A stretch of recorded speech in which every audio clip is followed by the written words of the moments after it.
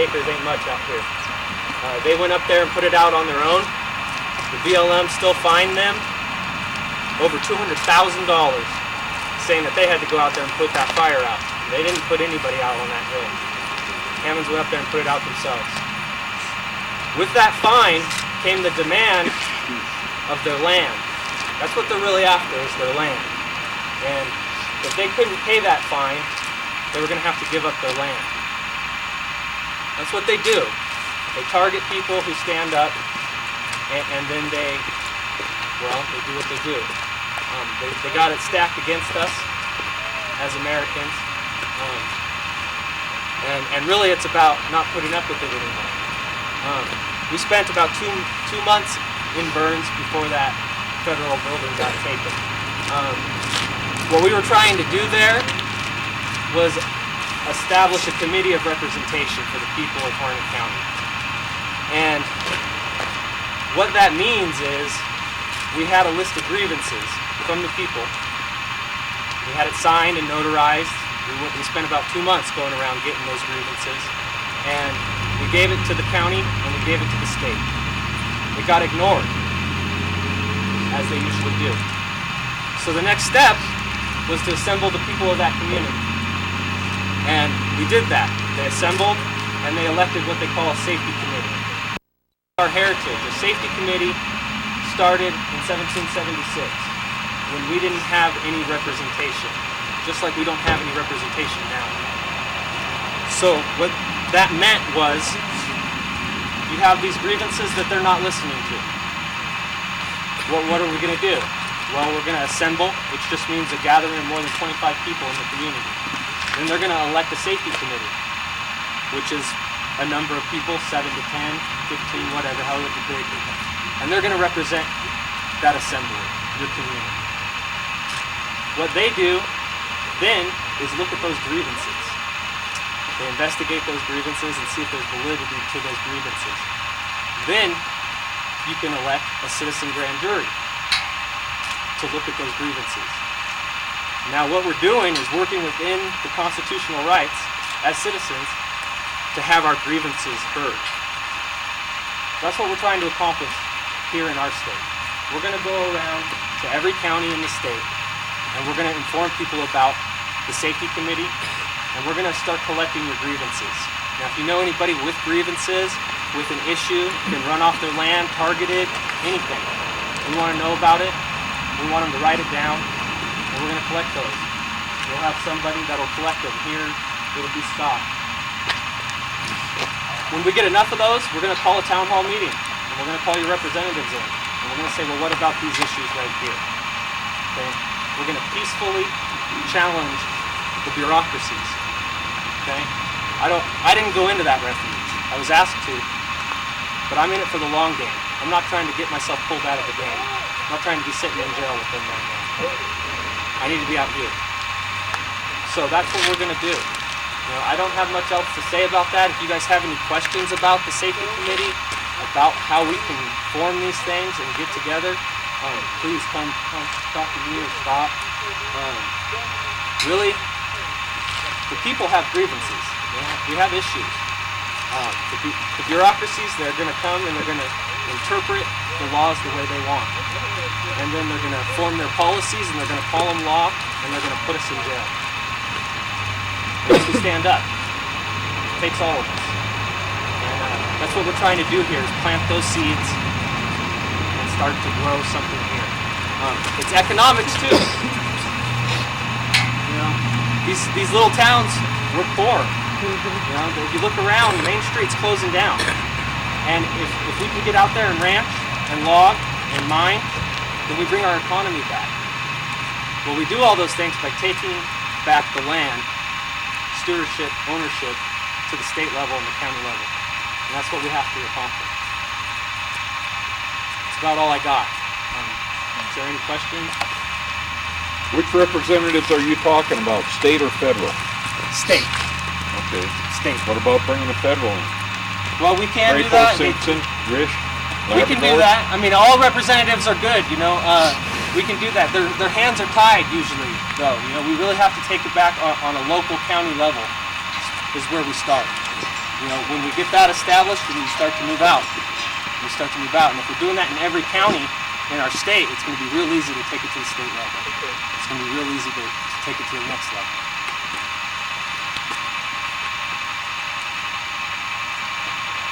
Anything else? Basically, it was a safety committees in this,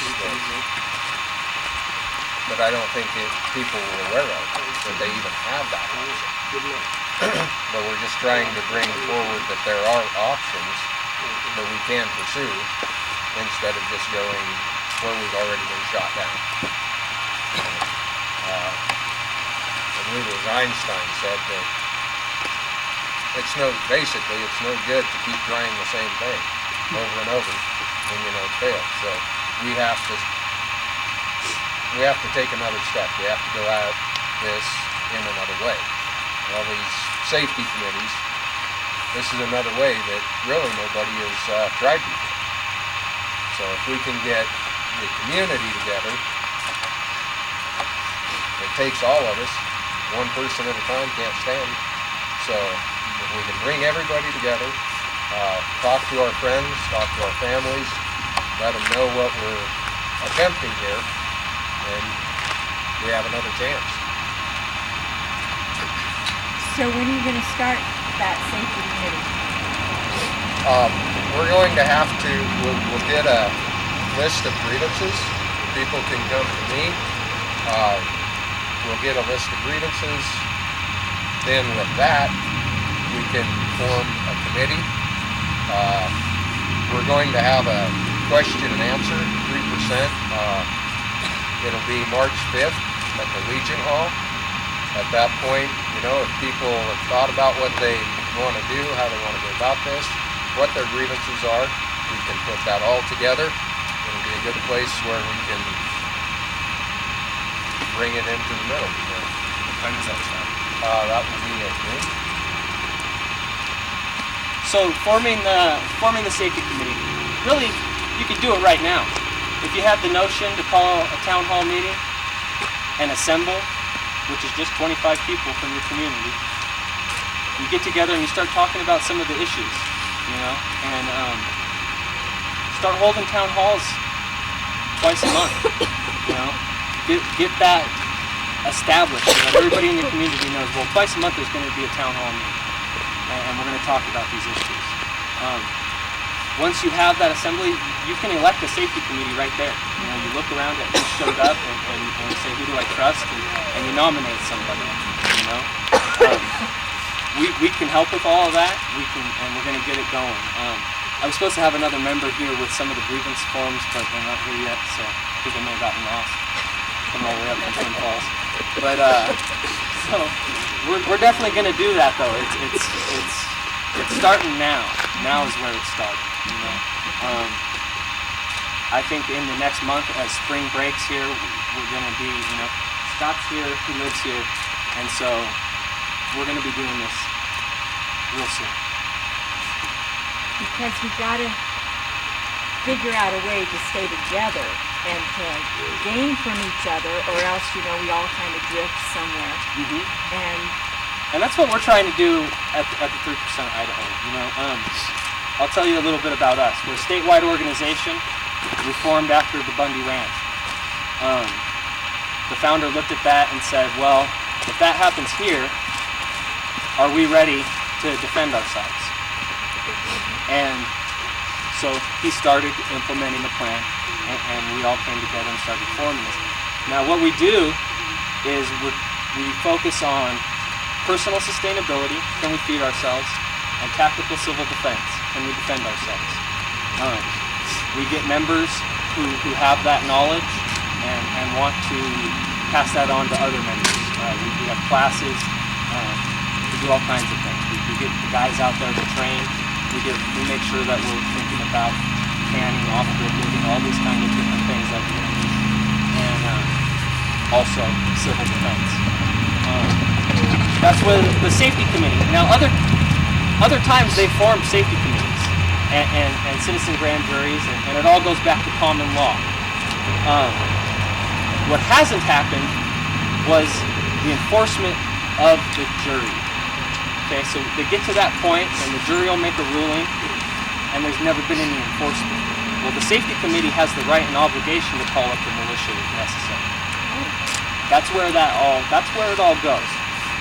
They have the ability to call in the militia, local militia, to enforce that grand jury, their decision, the people's decision. Now, where you let that go is up to the committee and the assembly. That's up to the people. But we see it, and what we're doing is making sure that the people's decision has some teeth behind it. Okay? Nobody's looking for a fight, but I carry because two things. The Second Amendment protects the First, and when I'm having a conversation, if this man's armed and I'm not, he ain't listening to me. He's waiting for his chance to talk. If I'm armed and he's armed, we're having a conversation. All right? And that's what we're focusing on. Nobody wants to pick a fight, but we're all standing there. We're gonna be heard, and nobody's gonna use violence to threaten us to stand down. So that's where we're at with the Idaho 3%. We're building that network across your state right now. We have been for 2 years. We have 2,000 members on the books. We got more than that off the books. So we are here, and we're gonna do what we're doing right here in every county across our state. So know that it's not just you guys standing here alone out here in Custer County. The rest of the state is going to be doing the same thing. Is this the first rally ever? Yeah. So what? Dallas and Custer County. Yeah. It has to speak as to why you picked here to start. So we picked here because we had a county leader here. So that's first of all, and second. You guys had a lot of prosperity, economic prosperity at a certain point, a certain time. You had your mines operating. It's a perfect example of what we're talking about. And I think this is the place where it should start. There's a lot of counties across the state that are in the same boat, but this one's close to it. And we decided we were going to start last night. So here we are. If I'm not lying, you can tell me, but I'd just like to tell everybody, I was raised here. I was raised right here in this town. I've seen a lot of things go on, a lot of other people have here. I've been involved in this for about 30 days, and there's a gal that's really helped me understand. I've learned more about our Constitution in 30 days than I learned in 59 years. And you can get in and listen to her on chrisannhallww.com, and she tells us and teaches us where we start. These guys right here, the 3%ers, are showing us we all want to do something, but we don't know where to go to. And through these, they're pointing us in the right directions for us to stand together and do something.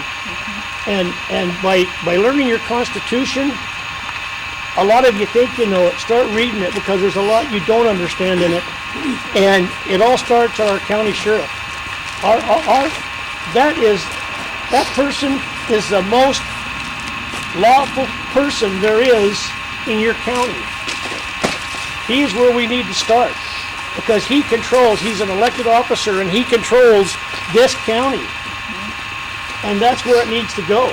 That's where you need to start from. And I've learned that in the last 30 days.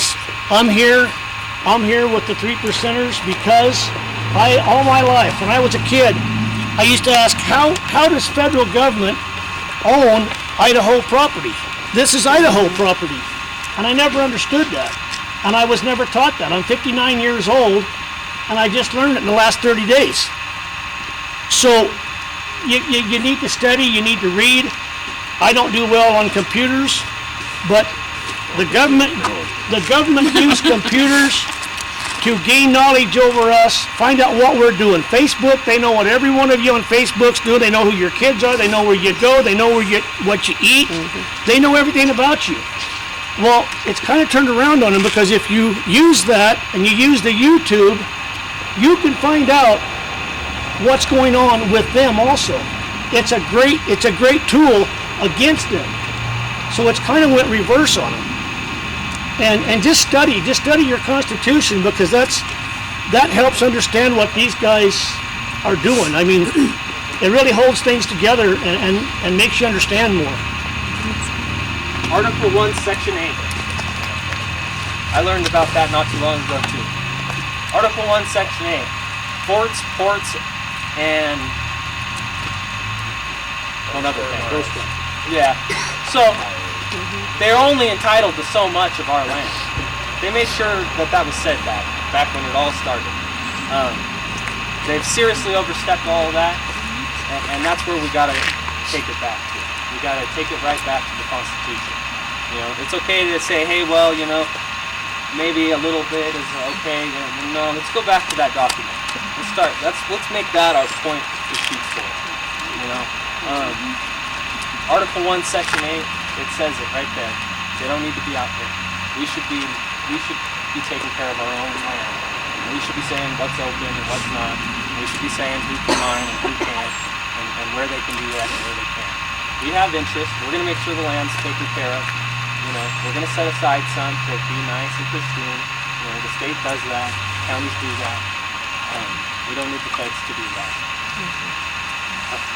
One other thing we need to remember is everybody loses when they do forceful situations. They just make an example out of you, and you're done and you're gone.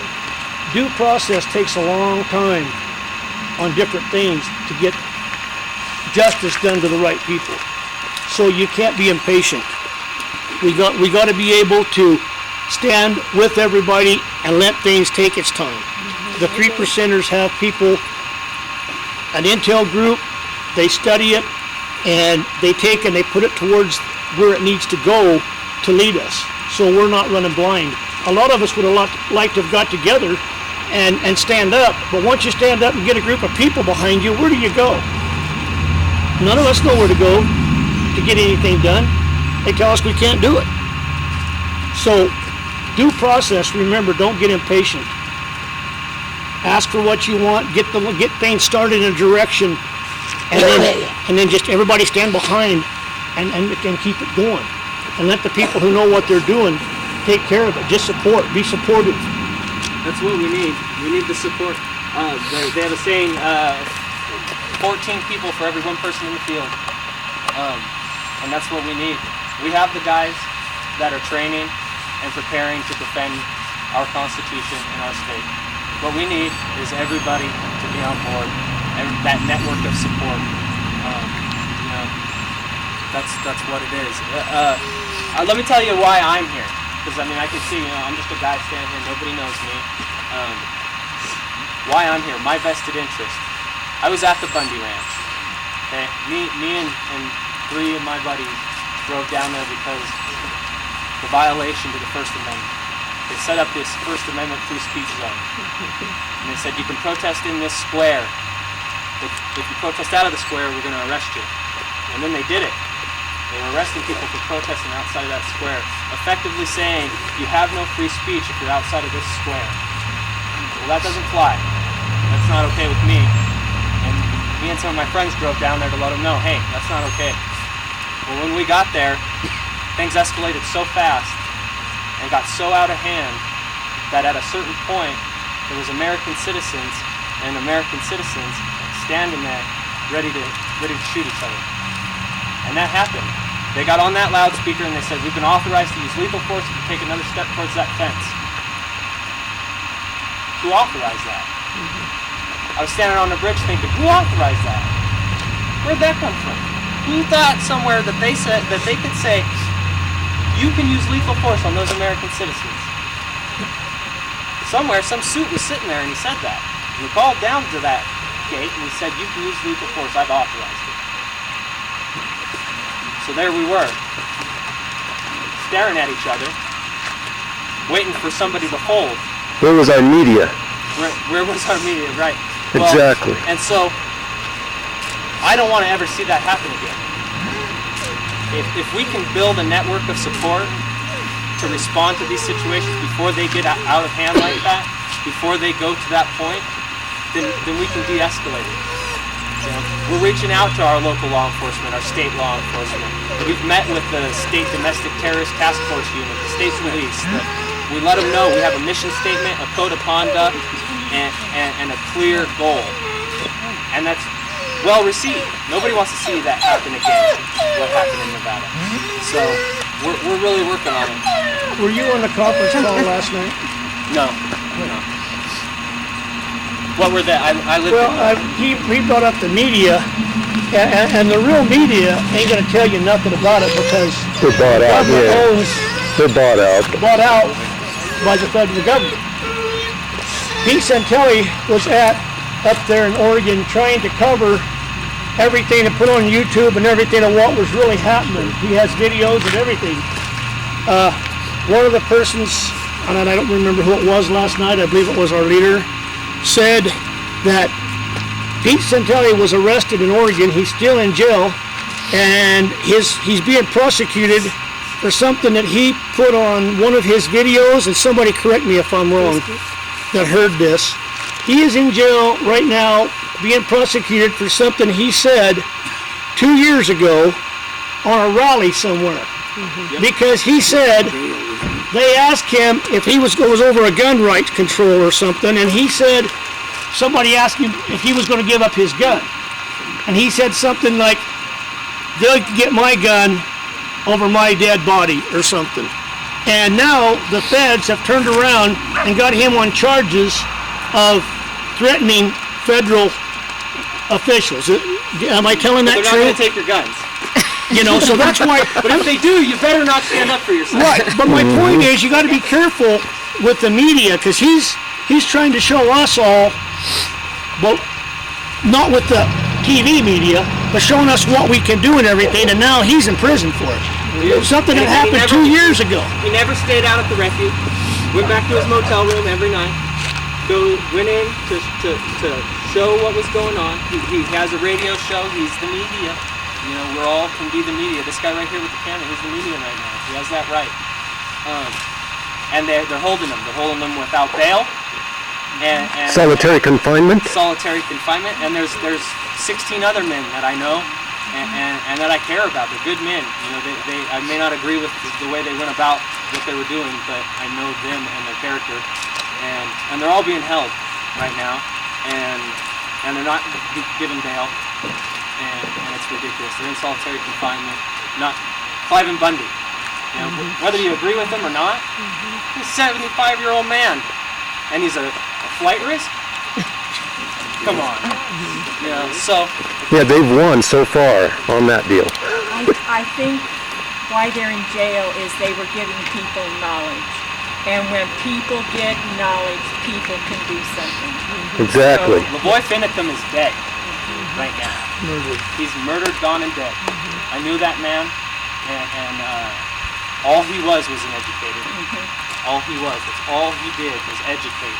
Can I say something? This couple right here, my friend, their son drives a truck, and his truck broke down. And this couple took him in, fed him, let him use the phone, and gave him a bed to sleep in, and then took him to town so he could get help.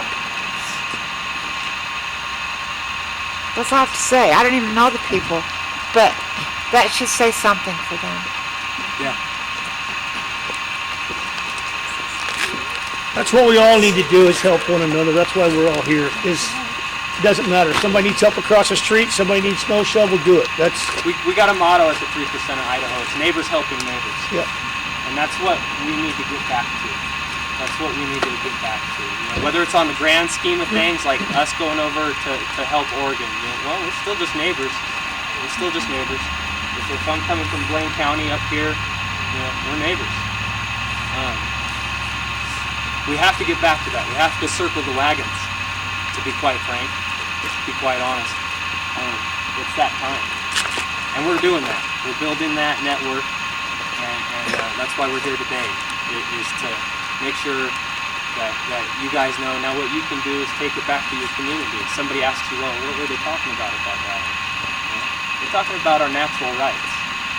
You know, there's three things that come with natural rights. Am and Bundy taught me this. natural rights. You have to claim them, you have to use them, and you have to defend them, or they don't exist. And he told me that, and I believe that with all my heart. I know that's the truth. Because if I don't claim it, and I don't use it, and I don't defend it, it's just a word, or it's just on a piece of paper somewhere in a building. As far as they know, you're not even entitled to it. Exactly. And that's because we haven't claimed it, used it, and defended it in a long time. And that's the message. I mean, that's where it boils down. At its most simple level, that's what we're going to start doing, is claiming our rights, using our rights, and defending our rights. Well, there's a YouTube of LaVoy, which I was privileged to see before he was murdered, and I learned that from him. And he gives the illustration. If you guys get on YouTube and get the cowboy, it's the cowboy. And he explains this so clear, you can't miss it. And he gives the illustration of standing in line. If you're standing in line, but you decide it's taken too long, so he runs and gets a hamburger. Well, when he comes back, he's lost his place. So he just puts it in a good way you can understand. So I learned that from LaVoy. He taught me a lot. I contacted LaVoy when he first started having his issues with the BLM and his water rights issue out on his ranch in Arizona. We were going to go down there and do some security for him if it got out of hand. And it never got to that, so we didn't go down there. When I saw him and met him actually face to face in Burns, you know, I've never met a more peaceful man. Not in my whole life. In my whole life have I ever met a man that was so humbled and he knew why he was here. He knew why he was. I don't know what else to say about LaVoy except he knew why he was here. And that's part of why I'm here. It's part of why we're doing what we're doing. I'm not going to let him and his message die in vain. I went up to where he was shot in Burns, and I stood there, and I looked. I saw the blood in the snow, and I told him right there that his battle isn't over, and we're going to carry it on. So that's where I'm coming from. So you know.